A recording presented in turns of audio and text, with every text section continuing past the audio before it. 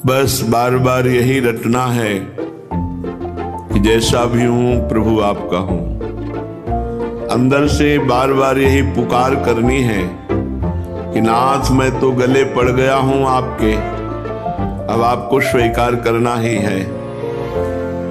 इतनी पुकार करनी है कि समदर्शी परमात्मा में पक्षपात प्रकट हो जाए। हमारी पुकार में इतनी विरह वेदना हो कि करुणा करके प्रभु जो समदर्शी हैं वो पक्षपाती बन जाएं। जैसे अम्बरीश जी का पक्षपात लिया, जैसे बड़े बड़े महाभागवत जनों का पक्षपात लिया, तो प्रभु पक्षपाती बन जाएं।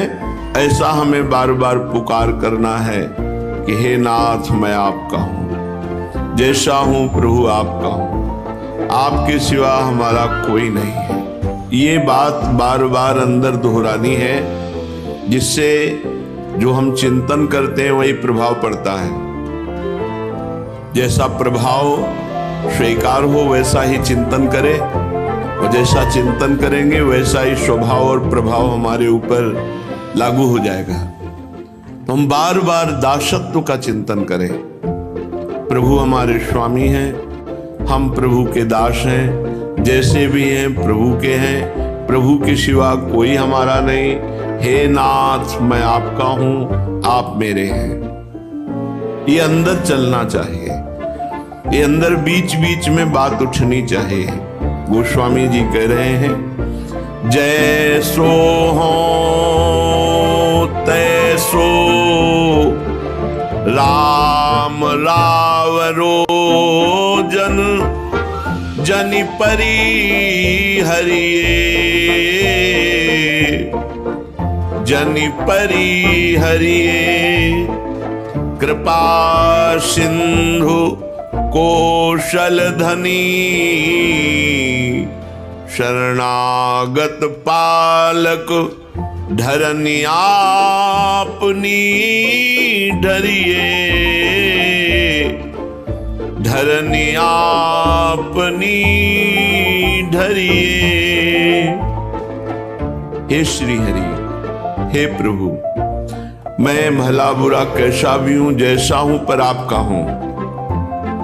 जैसो हो तैसो राम रावरो जन जनि परि हरिये।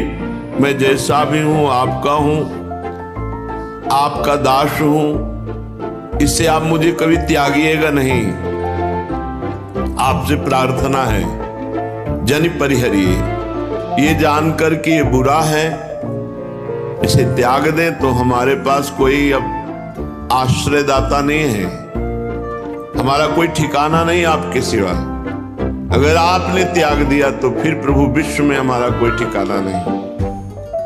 हे हरि, ये जान करके कि इसका अब कोई नहीं है मेरे सिवा, मैं दोषी हूं, मेरे में दोष है, पर मेरे दोष देखकर अगर त्याग देंगे तो फिर हमारा सर्वनाश हो जाएगा, क्योंकि और कोई हमारा है ही नहीं। अगर आपने त्याग दिया